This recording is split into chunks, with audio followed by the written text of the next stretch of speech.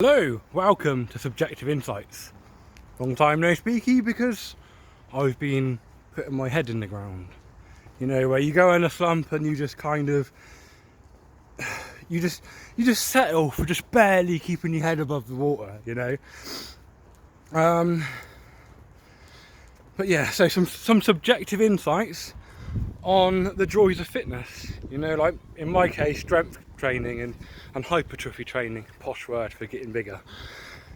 It's there's often this desire, isn't there, to stay in bed and do nothing, and you can have this squirming anxiety, like the wriggling worm in the belly, and that makes you a bit fearful and hesitant about going outside because it's a kind of nervous energy, right?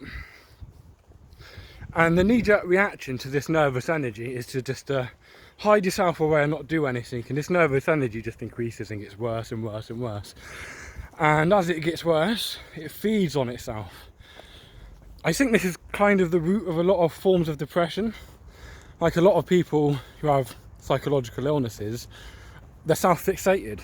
I know this because I'm self-fixated, right? So and it's a kind of autism in a sense, you know, like they're that test for autism where they have the autistic person in the room with somebody else and a box, and then the other person goes out of the room for a bit, and the person testing the autistic person puts like a pen or something in the box and shuts it up, and then they ask the autistic person, what will the person who went out of the room say when you ask them what's in the box?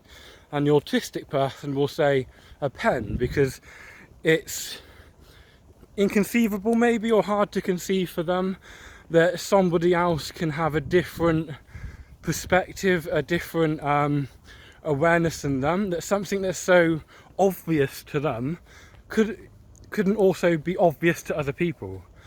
And so this self-fixation, and some people works like that. They walk around, and that is subconscious, I think, and everybody is like that. We're all the centre of our own show, and it's very difficult for us to believe at a deep level that nobody really gives a fuck about us, and they're not really looking at us, and they don't really care, and you can slip up all you want and it's not really big. On the conscious level, that's easy to get. But and so that makes people scared to go outside. And then the energy builds up and builds up and builds up, and if the energy isn't released somehow, then it just feeds upon itself. Now, there is hope for this scenario, as I know myself, right?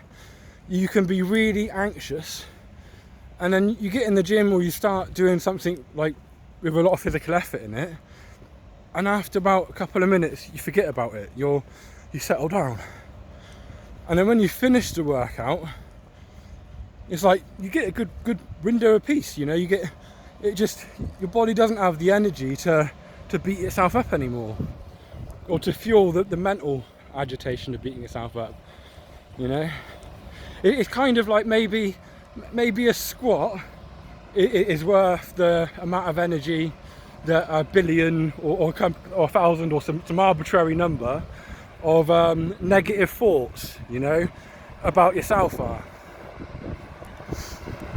And it becomes a drug after a while. I mean, and like any other drug, it has a probation period. You know, you get a tolerance towards it. So, like, if you keep lifting 10 kilograms after a while, that'll be easy, and that just won't give you a pump anymore. So you've got to lift more, you know. And there's a period of time before dependency occurs. Now, with things like weightlifting and stuff like that, it's a lot longer than things like heroin and cannabis and stuff like that. I'm not sure if you can hear me over the noise of that factory, but fuck it. And but after a while, you start thinking to yourself, or you start knowing in yourself, that no matter how bad I'm feeling now, if I get to the gym and start pumping that iron, I'm feeling good pretty soon. And that becomes a surety, that you know that. Just as much as you know that if you reach for that pint, if you reach for that needle, if you reach for that spliff, you'll feel better.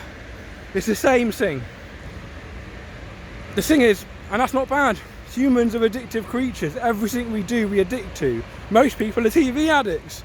I mean, watching just a couple of hours of TV every single fucking day, that's an addiction.